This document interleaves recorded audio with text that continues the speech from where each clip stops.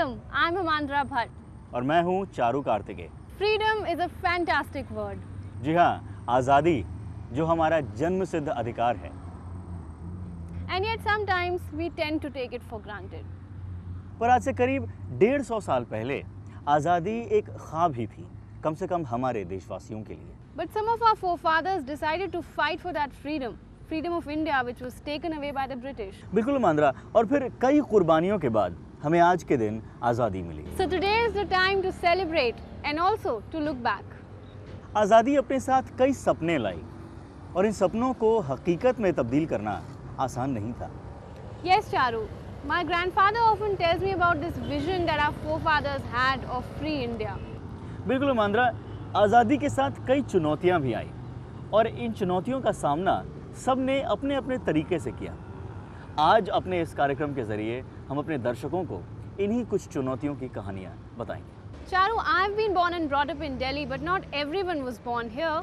There are a large number of families here who had to leave everything behind at the time of partition in Pakistan and start from scratch.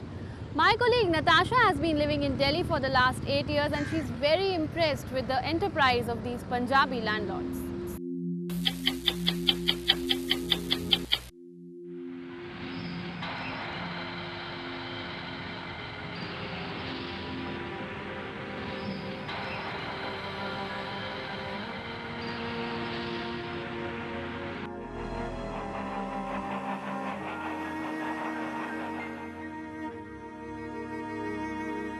A line on the map that divided India into two parts also tore through the hearts of millions. Bleeding hearts with the sky as the only roof. Homes, shops, workplaces, all snatched in one cruel stroke. But they were far luckier than hundreds of thousands. They survived the partition massacre. How could they think of the loss of homes and shops as a tragedy, even if it took generations to build that wealth? They chose Delhi as their home and began to rebuild life. Meet Shanta Chopra, who saw India's partition at 26. For 64 years after she came to Delhi, she has seen the city change beyond recognition. Looking into the past of the city is like looking at her own pictures of youth. And to think that she came from Rawalpindi, her home after marriage, to Delhi in the June of 1947 on a vacation.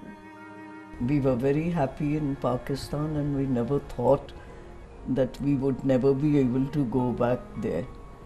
My family had a lot of property in Lahore and we lived in a palatial bungalow there.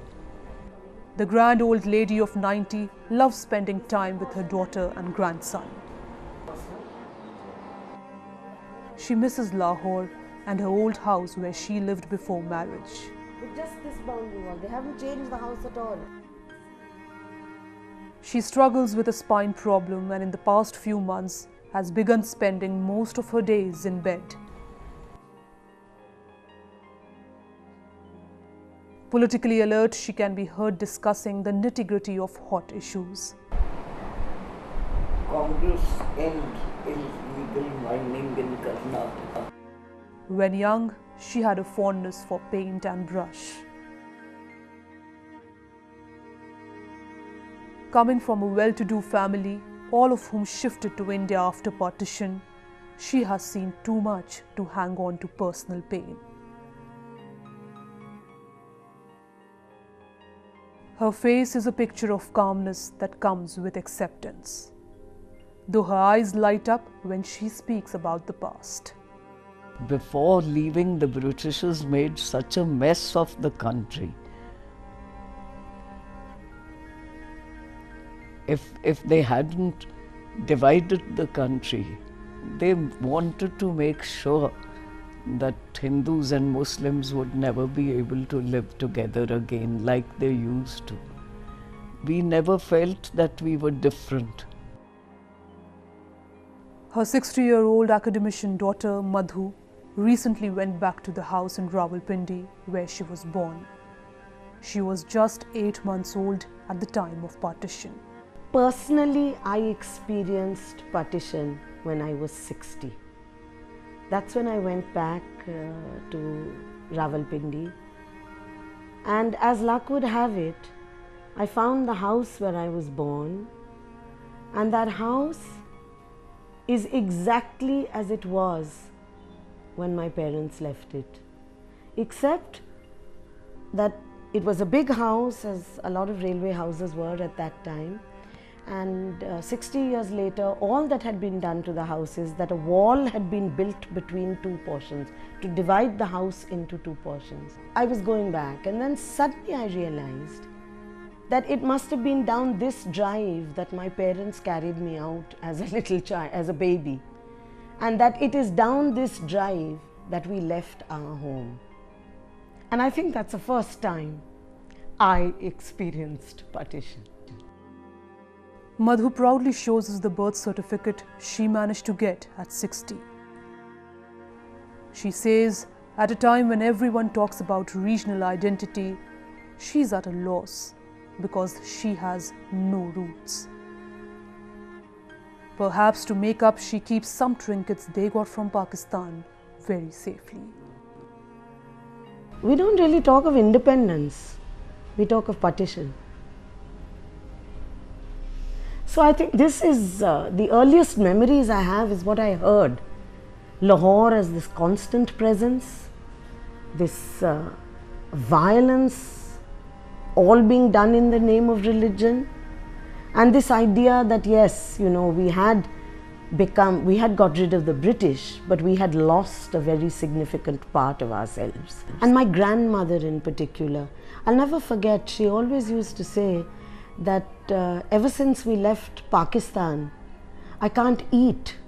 She said, okay, you know, she said the wheat in Pakistan, in Peshawar, you know, the wheat in the Punjab is so different. Ever since Pakistan has been created, she said, I don't enjoy my food anymore. Madhu's son, Kanishk, is an architect. He was born at a time when economic issues were central to India's polity. That was 30 years ago.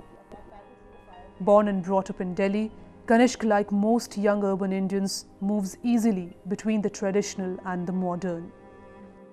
He wears jeans and kurta and talks about equitable growth. For him, India's partition is just a historical event and not a personal tragedy. Partition becomes one event in that process, you know, which starts with the national movement and then with sort of nation building of India. I mean, it's tragic that you know, India and Pakistan, which has so much culturally, have to exist separately, but you know, that seems to be the reality of. So for me, I'm able to look at that as the reality of one's existence much more than the loss that, you know, my previous generation suffered.